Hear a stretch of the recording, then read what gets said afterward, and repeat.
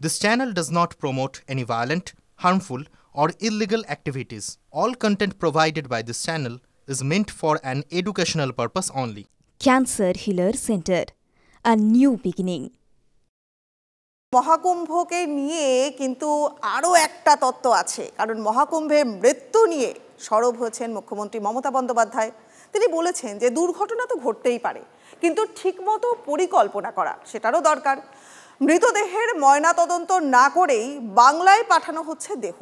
সরাসরি যোগী সরকারকে নিশানা করলেন মুখ্যমন্ত্রী মমতা বন্দ্যোপাধ্যায়। আর সেই সঙ্গে মুখ্যমন্ত্রীর প্রশ্ন যে সত্যিই কি ১৪৪ বছর পরে মহাকুম্ভ মেলা হচ্ছে?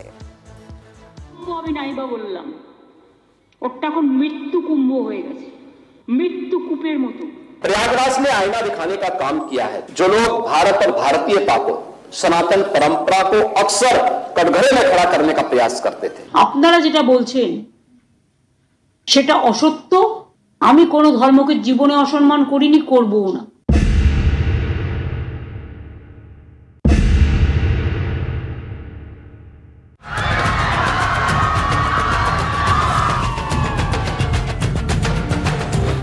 মহাকুম্ভ মেলায় একাধিক দুর্ঘটনা নিয়ে সম্প্রতি সরব হয়েছিলেন মুখ্যমন্ত্রী মমতা বন্দ্যোপাধ্যায়।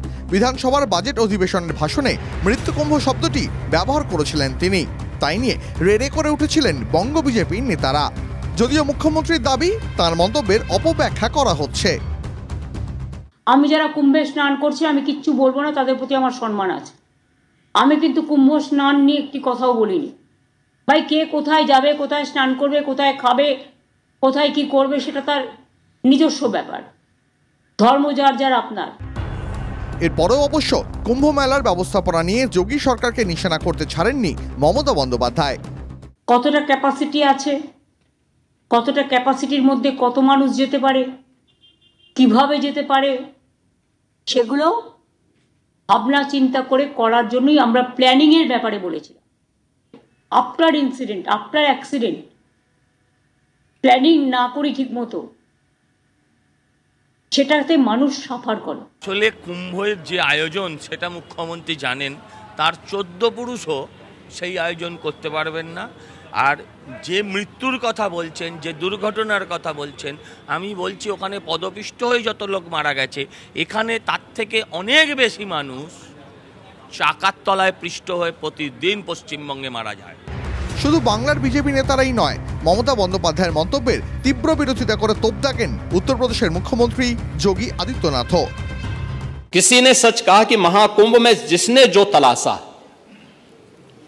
उसको वह मिला, गिद्धों को केवल लाश मिली, सुअरों को गंदगी मिली। যোগী সাহেব আমাকে যতই গালাগালি দিন তাতে আমার ফোসকা পড়বে না।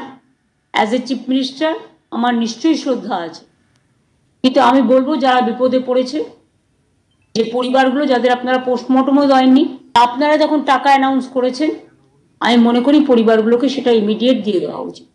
মহাকুম্ভ সংক্রান্ত বিষয়ে বলতে গিয়ে মঙ্গলবার আরও একটি বিতর্ক উস্কে দেন মমতা বন্দ্যোপাধ্যায়।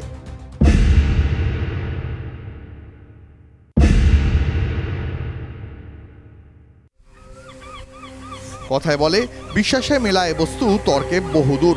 কোটি কোটি মানুষের বিশ্বাসের সঙ্গে প্রয়াগের জলে বিতর্ক কি জিয়ে রইল? Bureau report, TV9 Bangla.